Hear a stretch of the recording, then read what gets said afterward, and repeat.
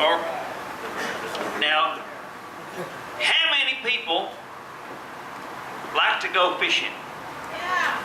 Yeah. All right, I might have told y'all this before.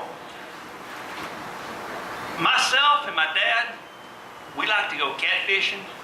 You know, catch them big mammoth beasts, the hit and all that stuff. And now my wife and mother like to go fishing for bass. You know, the fast action, the strike, and all that stuff. How many like to bass fish? You fish like a girl. Well, today we're going to talk about fishing. I had to put that out there, you know.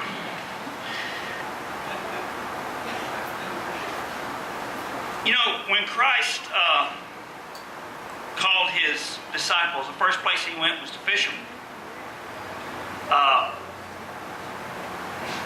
One fella, I remember watching watching a movie one time where a fella said that Christ and his disciples, that this is up in Montana, up in a fly fishing place, that they believe that Christ and the apostles were all fly fishermen, and that the sons of Zebedee, Christ and Peter, were all dry fly fishermen.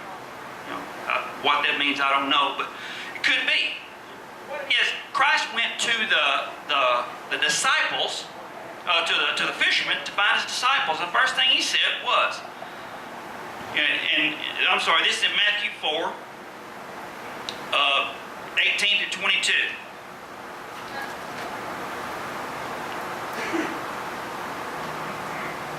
Still getting used to bifocals. I'm trying to play the trombone here and get it focused in.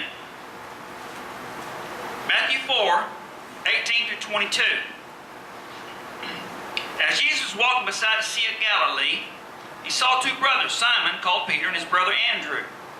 They were casting a net into the lake. They were fishermen. "Come, follow me," Jesus said, "and I will make you fishers of men." At once they left their nets and followed him. I think about that a lot. Fishers of men. I'm not going to get those out yet.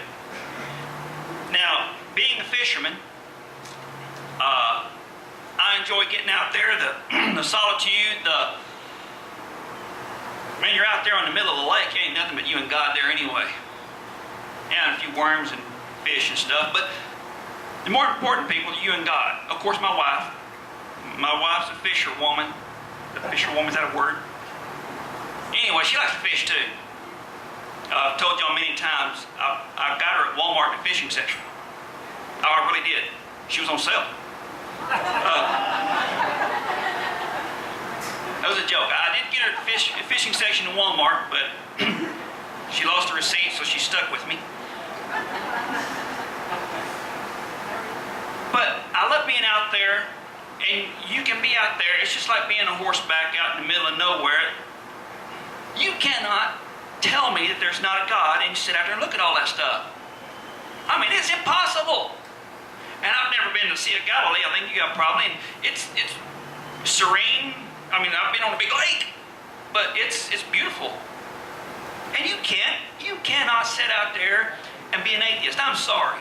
If you do, you're lying. You're to somebody. So we get out there, and we got to fish. Now, like I said, there's catfish, there's crappie, there's bass, there's walleye, pike. How many people know all the fish there are in the world? I don't know. I don't. But you cannot use the same bait on everything. You just can't do it. Paul even spoke to this. In 1 Corinthians, he said, 1 Corinthians 9, 19 through 23, and I'm not going to read it all. 1 Corinthians 9, 19 through 23.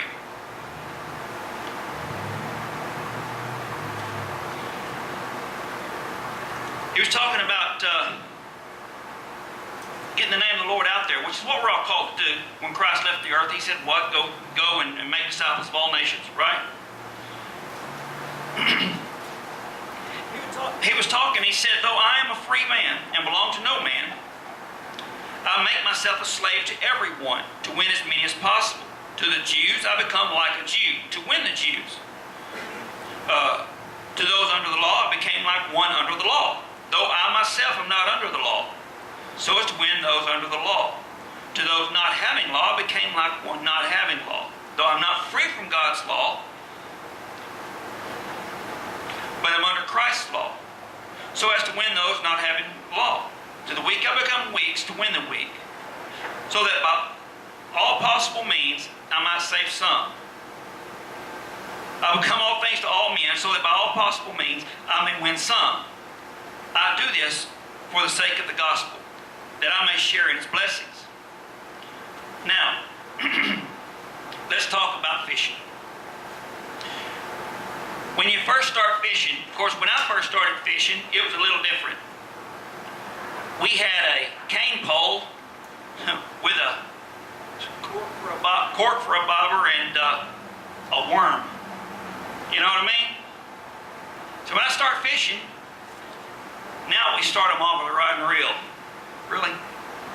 What happened to the romance of the cane pole? We start fishing, we get out there and we teach them how to cast. I've tried fly fishing before. The back of my head remembers that, because that's where that fly got stuck. But, we teach us how to, I almost caught you, didn't I? We teach them how to fish and catch. First thing we start catching is little old bluegill, old perch, things like that. With a little bitty hook. I got a cork on this one so I don't snag Doug. He gets beat up on that front row, I tell you what. Got a little hook, a bobber, and a sinker. And that's great. Our granddaughter can get out there and she can cast pretty good now. She gets out there on that little stock tank and they catch bluegill all the time. Well, think about my tackle box. And she has her own tackle box. What does she have in this thing? Let me see. She's got something on the inside here to keep her afloat, right? And this little sucker here will keep you afloat no matter what. You can just dang near jump on this thing, it'll keep you up. This is good stuff. You got something to keep you afloat. But also in this thing, she has something that'll weight you down.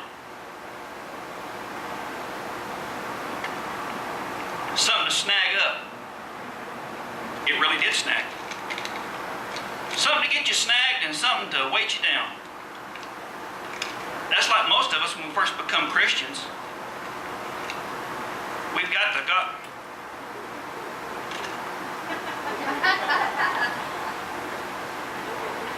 Yeah, unsnag me. We've got the gospel that keeps us afloat. And Christ can do that no matter what you're in, no matter what kind of waters you're in. These little bobbers will keep you up. And Christ, the love of God, will keep you up. I promise you, you will not sink. Peter showed that. Thank you. Peter showed that when he got out and walked on the water. He only sank when he looked away from Christ. Because he got away from the bobber, right? But here I am with this little thing here, and then somebody comes up and wants to talk about God, Jesus Christ. But tell me something about him. Well, it'll keep you afloat. And now you're going to start getting yourself snagged because they're going to start asking questions you don't know. Can I catch a bass with this thing? If it ain't very big. Can I catch a catfish? Yeah, maybe. Better be a small one for that little bitty hook. But then we start getting into God's Word. We start getting on our knees and praying. And pretty soon, we break out the big tackle. And the tackle box a la PJ.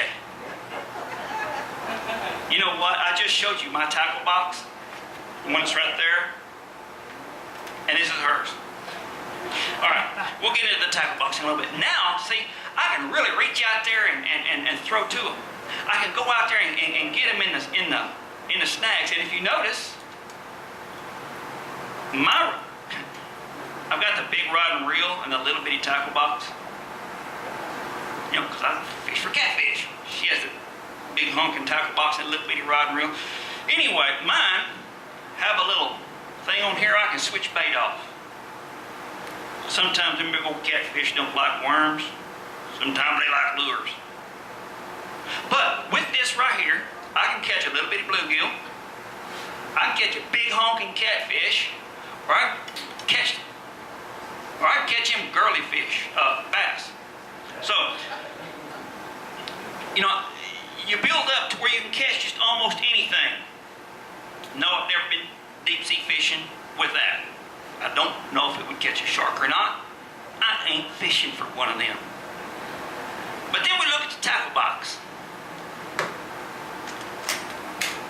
She has stuff for catfish and bluegill, bass, and crappie. And then she got lots of stuff like, I love this, little bells in case you fall asleep, right? Actually, I think she uses it at night.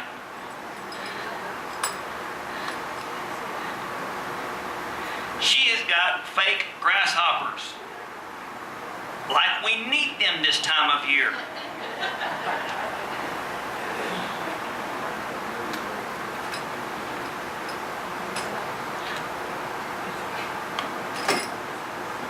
And we need someone who knows how to work this tackle box.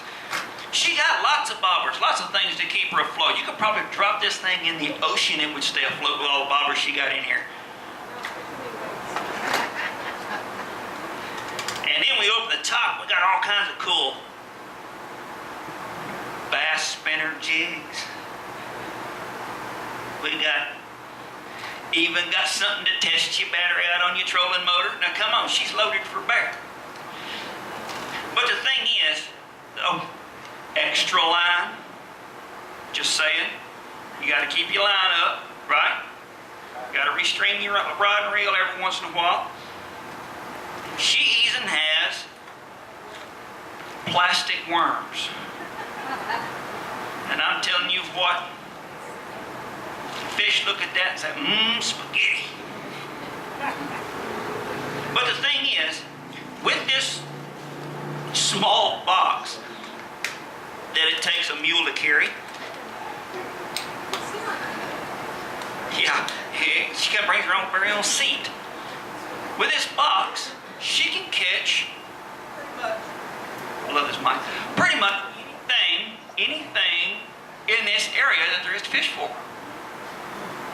Why? Because over time, don't get her in Bass Pro. When we go to Bass Pro, I make her leave the credit cards and the checkbook and all that stuff in the truck. Now everybody's going to say, when y'all going to Bass Pro again? Trust me, ain't nothing in it anyway. But anyway, over time, she has bought this lure or that, or these worms, or just she'll research and find out what the fish are biting on in a particular area. If we're going to go, we went to Arkansas before and went fishing, and she caught stuff. I watched her. I've drowned worms. Trout, I think it was, that you were getting up there. Little trout. Anyway, some kind of fish. But she was catching stuff up there. Why? Because she researched it and she had the bait to get them. As what Paul said, if we become all things to all people. Now Fritz has come out here and Fritz can play rock and roll. He can play country. He can play that old blues. He can play the old hymns, the way they were written. He can put a dirty boot on them and play them. He can play whatever it takes to reach the people at the place that he's at and at the present time that he's at. Becoming all things to all men. Now, never once compromising the truth of the gospel. When I first started coming to Cowboy Church, I told my dad, I'm going to go over and check it out. And I did. I thought I was doing the wrong thing by leaving my dad. And he told me, he said, son, you've been in the Army, you've been into the higher corporate areas in the world. He said you could actually go and put a suit on, and under duress I could put a suit on, and go into the big cities and win souls for Christ, be an effective soul winner for Christ, because you have been in that area. You could also put your boots and your hat on and go see the cowboys out on the ranches or on the rodeo circuit, and you could talk to them because you've been in that area. But someone from the big city with the suit and tie their whole life is not going to win souls in the cowboy culture, because the cowboy's going to see them coming. You have the ability to become all things to all men if you so desire. I understood that. Now I know that if I was to walk up to Doug and start talking to him about air conditioning, he would find me out in about a half a second. Because all I know about air conditioning is when it breaks, I call him. And I push a button to make it colder, push a button to make it hotter. That's all I want to know about it. Now, I talk to Fritz about music. It'll take a little longer because I listen to a lot of music. So it's going to take him a few minutes to find me out. But in actuality, I can talk about music with Fritz. I can't talk about air conditioning still with you. I can talk about motorcycles. I had a motorcycle when I was a teenager. I was going to get one here a while back. Right after my wife saw me riding a Colt and said, if you ride a motorcycle like you do, ain't getting one. Which I do, so I came. But I can talk to the guys riding the motorcycles. I can talk to cowboys. I can talk to businessmen, even though I had a business. Closed it when I became a cowboy. Started the cowboy churches. Now my wife has the business, and I let her handle that. But I can talk about several different things. Talk kind of intelligently about it. But what that does is get someone interested and connects with me so that I can say, by the way, have you accepted Christ as your Savior? Do you know what that means?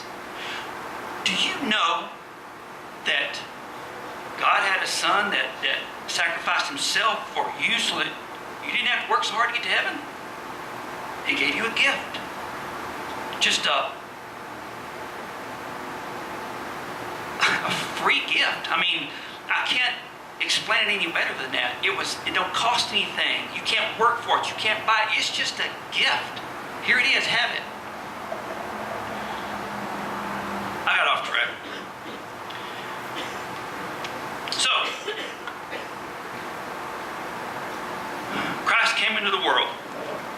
And the Pharisees, now I'm not real educated on the different political factions of the Jewish nation at that time. I know there were Pharisees, Sadducees, Herodites, and all these different like political parties. Okay, so anyway, the Pharisees were kind of like the I'm better than you, I'm the man, so you're good.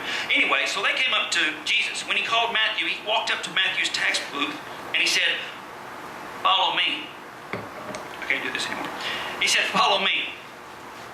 And Matthew immediately got up and followed him. So the Pharisees came up and he's having a meal with the tax collectors. Everybody loves tax collectors, right? No. Imagine that. So everybody, he's having a meal with all these tax collectors, and there were prostitutes coming up, and there were destitute folks coming up, and the Pharisees are like, whoa, hold on, fella. Well, ask the apostles, why is your boss having a meal with those folks right there? Them tax collectors and the sinners. Well, Christ heard him. And what did he say? Is it not the sick that need a doctor, not the well?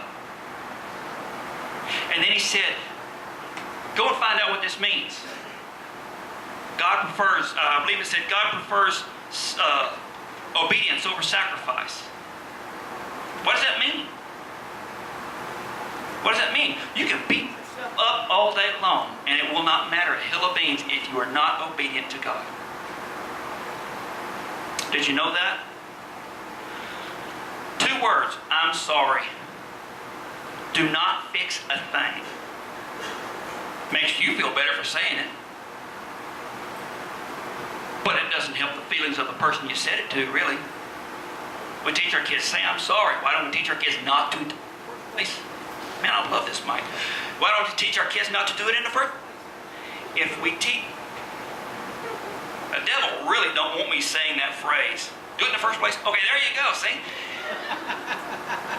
If we teach them not to do this, there's no need for remorse.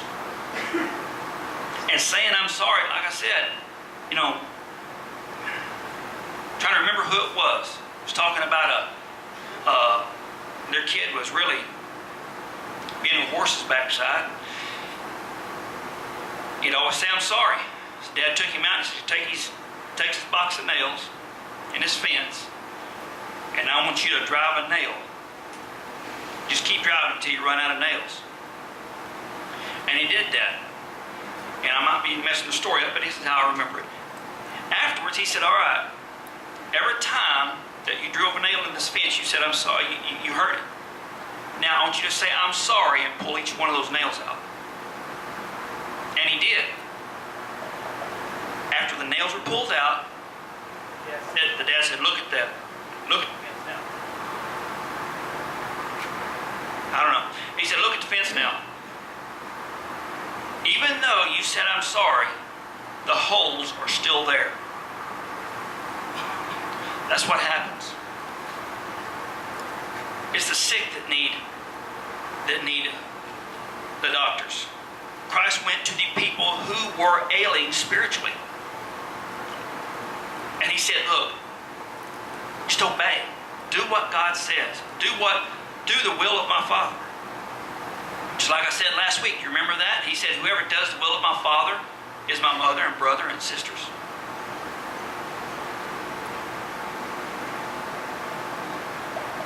So here's Paul saying, do you become all things to all men.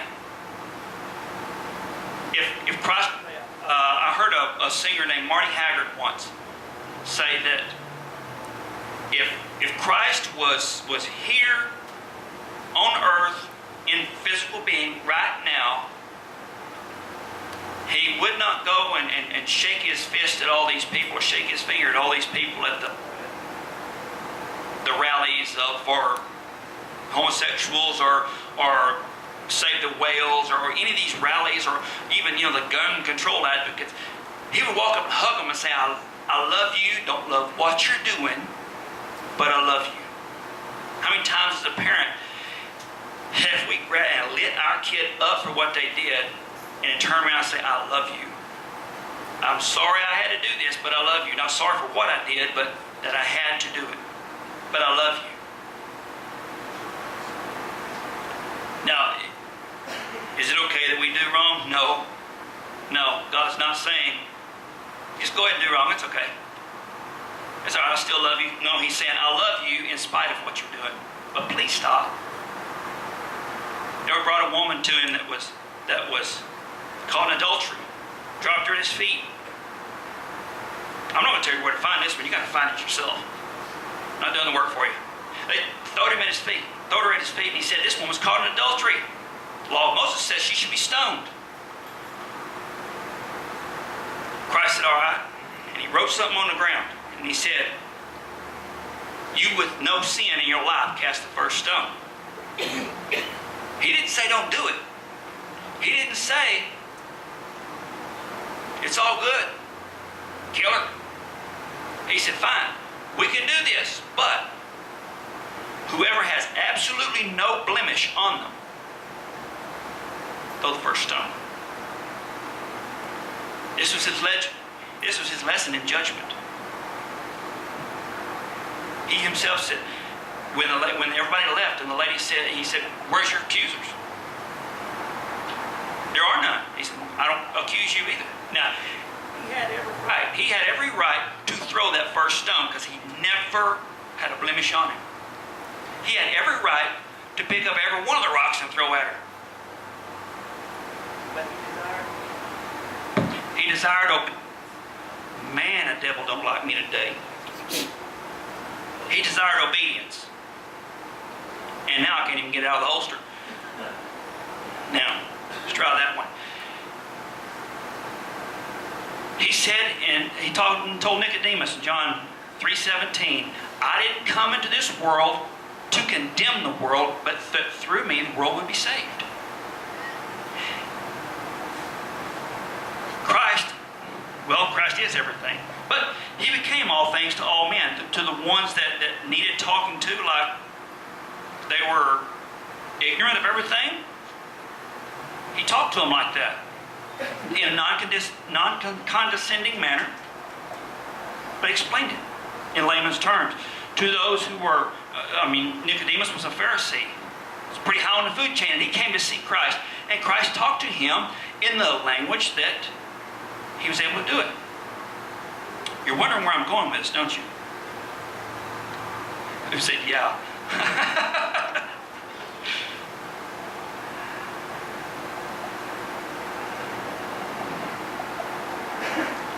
In Acts 17, you're still wondering, ain't you? In Acts 17, verses 16 through 34, and I ain't reading none of that, it's going to be a paraphrase. Acts 17, 16 through 34. Paul had gone to Athens. Now, has anybody ever been to Athens, Greece? They've got like all these different Zeus and Apollo and all these things. They've still got statues and stuff up, and it's really neat to look at. Well, like I'm going to remember the name for that. I cannot remember. Anyway, he went to this temple. They brought him to the temple because he was talking about the gospel of Jesus Christ.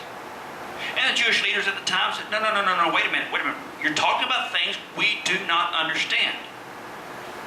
So they brought Paul to the temple. And he said, I understand that you are all very religious people. I see this because as I walk through here and I see all of your idols, you even have one for the unknown God. Because they were saying, okay, look, they've got a plethora of gods in Greek mythology, and maybe there's one we don't know about, and we got to worship him because he might put the hurt on us. So they had one to the unknown God. Paul said, what you worship as unknown, I am here to proclaim to you. I'm going to tell you about him. And he started talking about the gospel. He talked to them in a manner in which they could understand.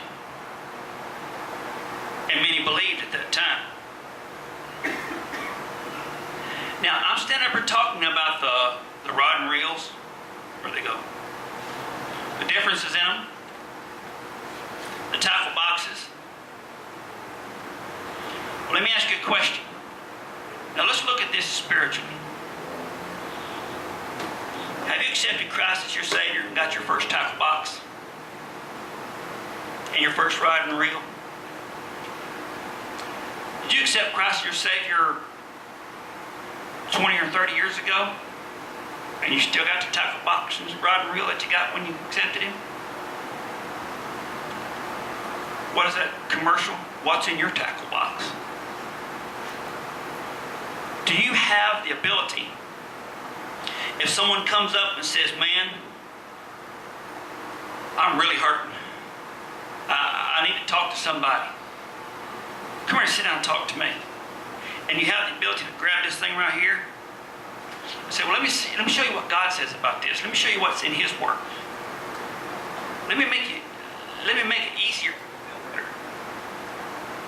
Let me make it easier for you to feel better. This is the way you need to look at things. And those of you who've talked to me, I don't think I've ever